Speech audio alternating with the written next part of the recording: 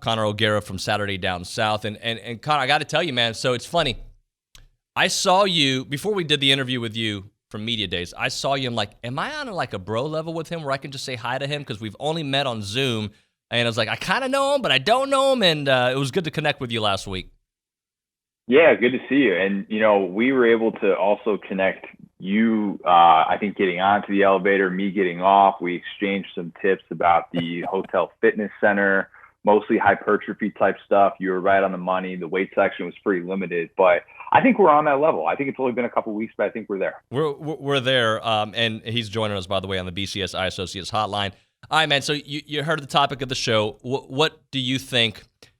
I guess we'll start there, and then we'll work our way back as the last week has unfolded. But what do you think a schedule in the SEC would look like? Are you one of those that's leaning towards these 4 pods, and do you see A&M linked up with the old Big 12 schools? How do you see that playing out? I like the pods. I'm not necessarily sold on the idea of sticking A&M with Mizzou, Oklahoma, and Texas.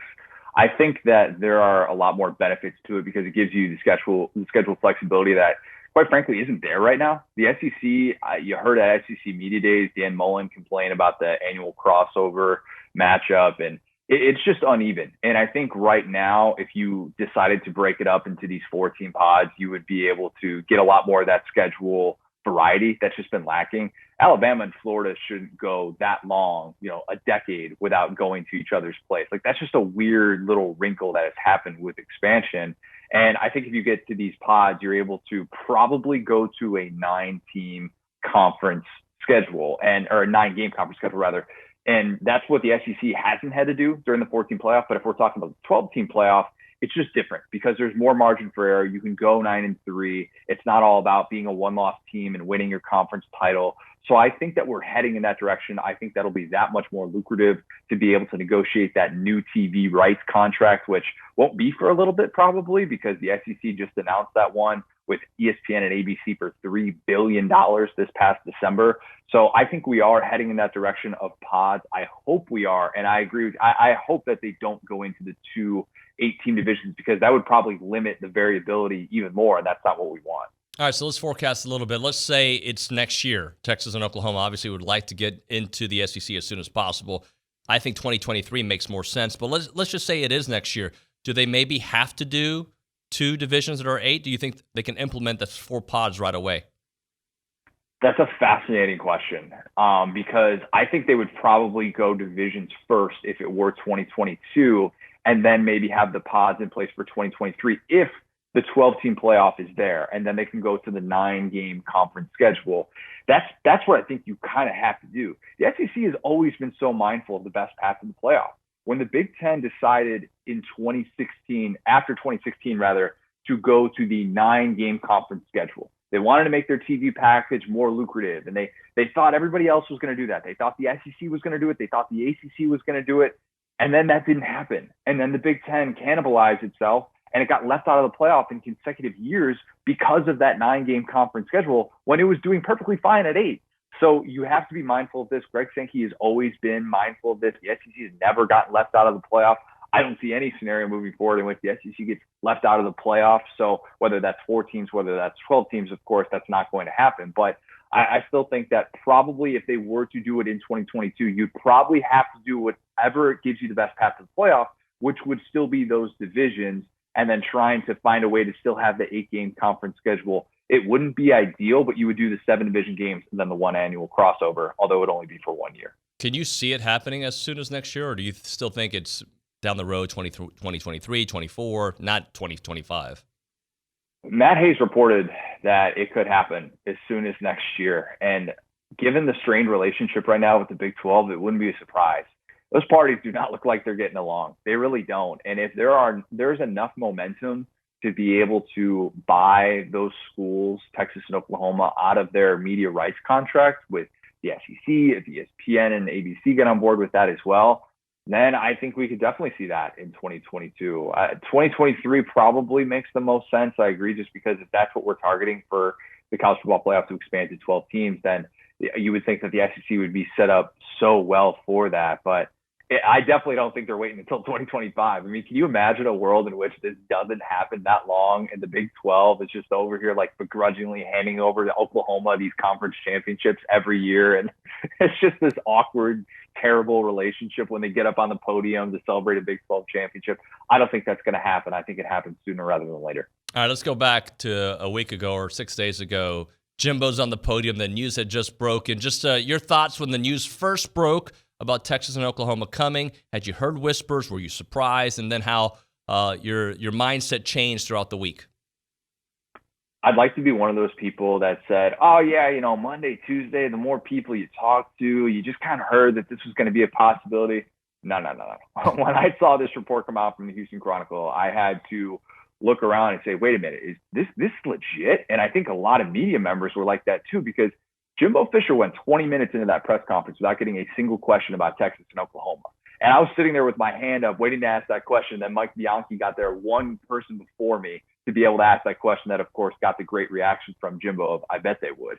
And I think that this was truly kept under wraps. It's kind of amazing to think about how quiet it was kept, given the parties who apparently knew about this. And if A&M wasn't blindsided about this, if Mizzou wasn't blindsided about this, and this was, there were talks about this long before we had ever heard about it, then that's a truly remarkable thing in this day and age of media and the way that things work. So, yeah, I was absolutely surprised by it. I think that everybody's saying that, oh, yeah, I totally knew this was going to happen on like Monday or Tuesday. Did you really? Because this was a bombshell if there was ever one in the middle of July.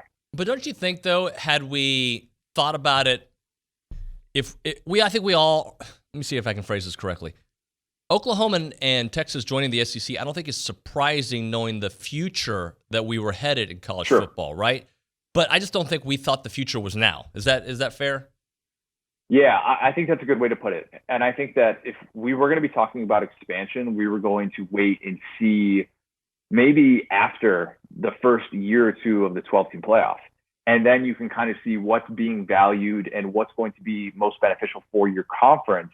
And I think we had all put those discussions on the back burner. I think that when you get to 14 teams, that seems already like a massive, massive conference that, if we're talking like 15, 20 years ago, that just seemed like a crazy thought. And now we're just at such a different place. And Greg Sankey, to his credit, has been so proactive in this. And to make a move like this, to make a move as savvy and as potentially lucrative as it's going to be, is just something that very few commissioners could have pulled off. If you're a fan of another conference right now, you're looking around saying, man, I wish we had Greg Sankey running things because this guy gets it. This guy made a move that we wish our conference commissioner made. Like if the Big 12 falls apart and if we're looking around like, oh, who's going to get West Virginia? Who's going to get Kansas, Iowa State? Wouldn't you want Texas and Oklahoma? Wouldn't you have wanted the conference commissioner who had the foresight to be able to look into the crystal ball and say, those are the two programs that everybody's going to want, and we're going to get them? Like it's as simple as that to me. If you're looking at this from the SEC standpoint, I tip my cap to Greg Sankey, who continues to just amaze me with his leadership. I'm going to take this from an A&M perspective. To me, it feels like, all right, A&M, you did things right, and Texas and Oklahoma are no. Don't get me wrong. I understand if A&M wasn't in the SEC, they would see the value in joining the best conference in all of football. But I think the playbook that A&M did 10 years ago and seeing the difference, or the difference between where Texas is right now and where A&M is right now, certainly pushed them into the direction of the SEC. Here's the comparison that I make. It's like A&M, Oklahoma, and Texas were sitting in the airport security line. And you've been there. You've seen those long security lines. If you've ever been through the Orlando airport, shout out to my neck of the woods here, you've experienced how brutal that is. And A&M is seeing the writing on the wall. They see that family that's ahead of them, that's going to go through security, that's going to take just way, way too long. It's going to take maybe 20 minutes. You're just like, I'm not going to put up with this. This is where I draw the line right now. This is a sinking ship if I stay in this line. And then the person in clear comes up to them. And A&M is like, I don't care what it costs. I don't care if I get kicked in the face by Alabama year after year. I'm paying whatever cost it takes because life is too short to wait in this line. And I'm just going to take clear. And I'm going to go in clear, and I'm going to go have myself a steak and a beer at the hotel bar. And Texas and Oklahoma just kind of hung out. And they're like, you know what, we're going to ride it out in this line. And then eventually they bit the bullet and they said, you know what, we're still waiting in this line. I'm going to take clear. And then A&M has just been sitting there the entire time, enjoying life and doing things that are more meaningful. And Texas and Oklahoma have finally understood it 10 years later. Conor O'Gara, Saturday Down South, with a great comparison there. All right, so if I'm A&M at this point, I'm thinking, bring it on, Texas, because if it is next year, and I don't know what kind of coach Sark is going to be. I mean, he's got some nice credentials, but I still don't think he was the right guy for the job, but whatever. Let's say it takes him a year or two to get that going. If I'm A&M, I'm like, let's play every year now. Bring it, Texas. We want to show the rest of Texas how much better we are than you. A&M has passed Texas in the last decade. And if you don't believe that, then maybe you just don't watch football until October and you kind of black out when Texas loses to Maryland or they lose that non-conference game that they're just not supposed to.